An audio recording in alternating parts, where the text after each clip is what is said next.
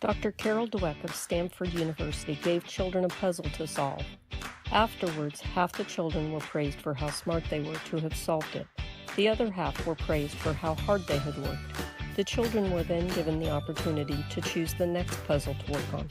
Children who had been praised for being smart chose an easier puzzle.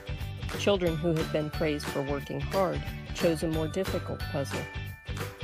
Dr. Dweck's research shows that the kids who were praised for being smart had what she called a fixed mindset. They believe that their intelligence is static and can't be changed. Because of this, they feel that they have to prove themselves over and over again. They look for people who did worse than they did so that they can feel better about themselves, and they are more likely to cheat and to lie about their scores. But those who were praised for their effort have what she termed growth mindset. They thrive on challenges and use them to improve their existing abilities.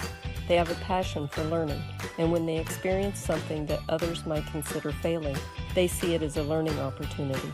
Dr. Dweck explains that in one world, effort is a bad thing.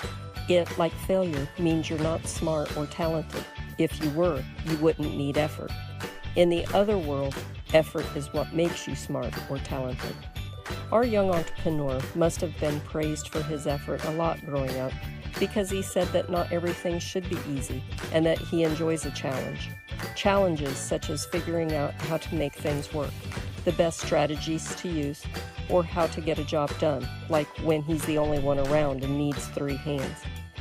He likes figuring out how to turn an old item into something useful, or starting with a stick of metal and seeing what he can turn it into.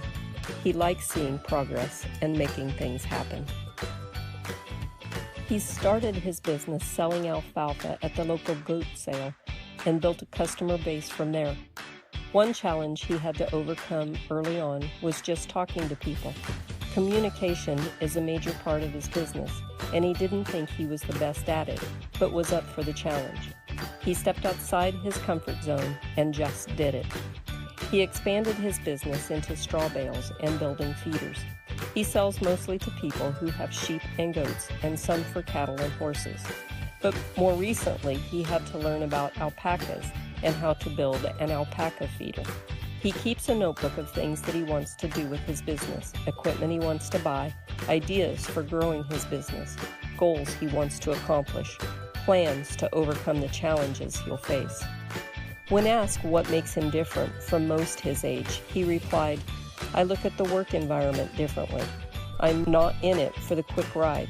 I want to set something up for the long term." Our young entrepreneur of 2016 is Siebold Hay Farm's Gavin Siebold.